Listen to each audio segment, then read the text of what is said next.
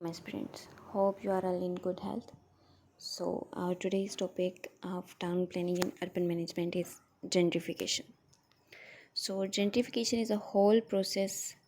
So, in a change in character of neighborhood because of influx of middle income of high income people.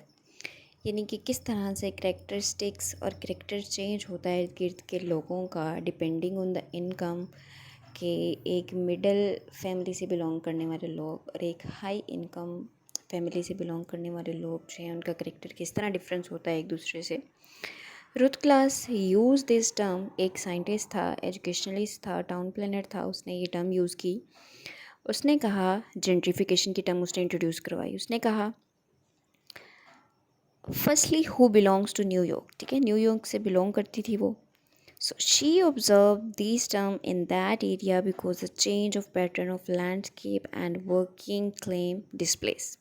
So this process is inevitable, ठीक है, क्योंकि जब भी किसी चीज़ की growth होती है, पॉसिबल होती है, तो वो अपनी पीक तक होती है, ठीक है, जब तक कि सब पैटर्न जो है वो आगे ओरिजिनेट नहीं हो पाते। सो ये सारा प्रोसेस जो है वो होता है जेंट्रिफिकेशन का। तो रुथ क्लास कहती है कि ये एक एविटेबल प्रोसेस है जो हम चेंज नहीं कर सकते, क्योंकि ओब्वियसली सभी लोग जो है वो एक क्लास से बिलोंग नहीं कर सकते। कुछ लो क्लास से बिलोंग करते हैं, कुछ मीडियोकर्स हैं और कुछ अप क्लास से बिलोंग करते हैं। तो फिर उनकी नीड्स भी उसी हिसाब से होती हैं, उनकी नेसेसिटीज़ भी उसी हिसाब से होती है और उनकी आउटकम भी उसी हिसाब से होती है। सो नेक्स्ट अगर आप देखें इसका पूरा प्रोसेस कि किस तरह जो है वो जेंट्रिफिकेशन का पूरा प्रोसेस जो है वो इवॉल्व होता है, तो देखें कैपिटल जो है प्रीडोमिनेशन कैसे होती है, इकोनॉमिकल, पॉलिटिकल, सोशल, कल्चरल, हर तरह से जेंट्रिफिकेशन जो है वो मल्टी डायमेंशनल तरीके से काम करता है। डिफरेंट्स के आप इसके देखें कि किन किन जो है ये लेवल्स पे काम कर रहे हैं। लैंडस्केप चेंज होता है, डिस्प्लेसमेंट ऑब्वियसली चेंज होती है, पीपल्स की, building and natural environment, animals and practices. Social upgrading होती है और capital investment and residential mobility into specific localities. So cycles of gentrification है ये, और उसके साथ साथ सोशल अपग्रेडिंग है, डिस्पोजल, हाउस होल्ड में जेंटरिंग न्यू लोकल्स।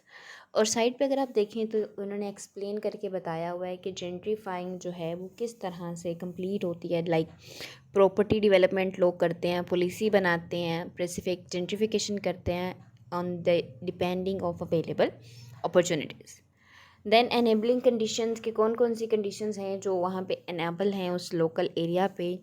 लैंड ओशंस कितने हैं, लैंड एक्सेस कितनी है, कैपिटल सर्कुलेशन क्या है, house hold mobility, cultural and counter cultural trends, appearing landscapes, infrastructure and including IT का भी बहुत ज़्यादा रोल है। सो जेंट्रिफिकेशन जो है वो इंडिविजुअली भी होती है और पूरा हाउस होल्ड भी उसको जो है वो कैपेबल कर सकता है। परस्यू डिसेंट्रिफिकेशन एंड लाइफ स्टाइल्स सब के ऊपर जो है करते हैं। सो जेंट्रिफिकेशन भी अपने अंदर डाइवर्स नेचर है इसकी। फिर इसके कुछ कॉजेज़ हैं। Gentrification drives which enabling this condition including facilities available. Like कौन कौन सी बेसिक फैसिलिटीज़ हैं, बेसिक नीड्स हैं लोगों की। इलेक्ट्रिसिटी होती है, gas, transportation and its routes. Land available होनी चाहिए, एजेंट्स होने चाहिए जिस पे हम वर्क कर सकें, like businessman, retailers, layman people. Layman people क्या है कि आम आदमी। ओब्वियसली आम आदमी होगा तो वो हमारे पास आएगा ना एज अ कस्टमर, और फिर जो है वो हम अपनी मार्केटिंग कर सकेंगे और अपनी जो है वो प्रोडक्ट सेल कर सकेंगे। सो कंपटीशन जो है वो लो होता जाता है, जितनी जितनी जो है वो कॉस्ट ऑफ लैंड जो है वो कम होती जाती है, कंपटीशन भी जो है वो कम होता जाता है। आप देखें कि किसी जगह पे अगर जगह सस्ती है तो वो किस वजह से सस्ती होती है, जहाँ पे इतने ज़्यादा रिसोर्सेज नहीं होते, इतनी फैसिलिटीज़ नहीं होती, वहाँ पे जगह भी फिर सस्ती होती है।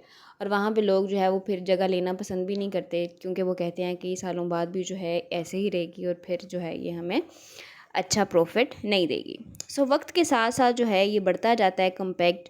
फिर लोग क्या करते हैं, स्वभाव में शिफ्ट हो जाते हैं, ठीक है, एक जगह से दूसरी जगह पे जाते हैं। फिर बिजनेसमैन और रिटेलर जो हैं वो अपनी इन्वेस्टमेंट इधर अपने साथ ही ले जाते हैं।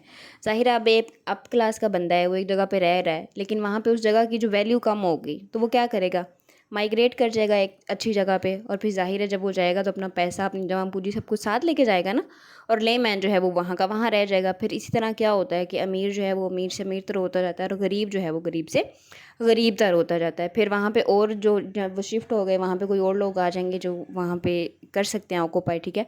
तो वो एरिया फिर क्या होता जाएगा, कंसिस्टेड होता जाएगा। सो ट्रैफिक का शोर जो है, पोल्यूशन, उससे फेडअप हो जाता है जहाँ पे जो ज़्यादा आबादी हो जाएगी। सो उसको जो है वो ज़्यादा क्या करते हैं, वो जेंटिफिकेशन करते हैं। सो उसको भी जो है वो लिविंग स्पेस चाहिए होती है, लेकिन कल्चरल वैल्यूज़ जो हैं वो बीच में आ जाती हैं। कुछ लोग कहते हैं हम गांव में पैदा हुए हैं, हम गांव में ही रहेंगे, ठीक है। और फिर जो लोग ऑलरेडी इस पब में रह रहे होते हैं उनके ऊपर cultural, political, social norms, economical, lost of living, ये सारी चीज़ें भी जो हैं वो डिपेंड हो रही होती हैं, और साथ ही साथ जो है वो हेल्थ भी उनकी फिर मुतासर होती है। ज़ाहिर है जितने ज़्यादा जो वो इस तरह के करेंगे तो उनकी सेंसिटिविटी बढ़ती जाएगी, एनजाइटी होती जाएगी, और डिप्रेशन भी बढ़ता जाएगा। लेकिन इस सब के साथ साथ जो है वो उनको एजुकेशनल फैसिलिटीज़ मिल रही होती हैं, ठीक है। जहाँ बड़े शहरों में जाएँ तो वहाँ पे ज़्यादा अपॉर्चुनिटीज़ होती हैं और बेटर जॉब्स भी होती हैं। लेकिन स्कूल जो है वो मोस्टली क्या होते हैं, शिफ्ट होने वाले लोग ही जो है वो ऑक्यूपाई कर लेते हैं।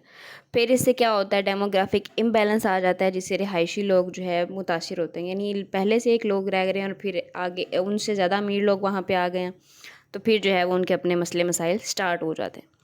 कल्चरल इम्पैक्ट इसका क्या होता है, रीजनल करेक्टर जो है वो चेंज हो जाता है, हिस्टोरिकली डिस्टिंक्शंस आ जाती है, डिस्ट्रक्शन वैल्यूज़ जो है वो चेंज हो जाती हैं, living style, commercially, food, environment सब चेंज हो जाता है। So gentrification will produce positive as well as negative impact, ठीक है। अभी हमने इसके पॉजिटिव इफेक्ट देखे क्या क्या थे।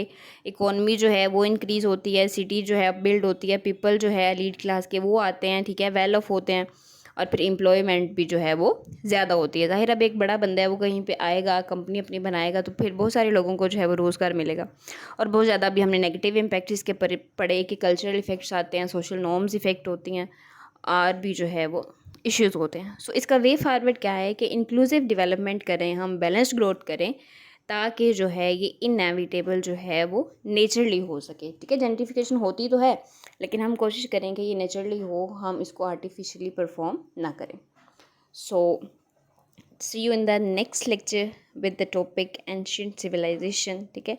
एंशिएंट सिविलाइजेशन देखेंगे कि क्या है, इसके डिफरेंट पॉइंट्स, हिस्टोरिकल इसका बैकग्राउंड, अर्बन प्लानिंग के अंदर किस तरह से अपना रोल प्ले करता है। टिल दैट टेक केयर, अल्लाह हाफिज़।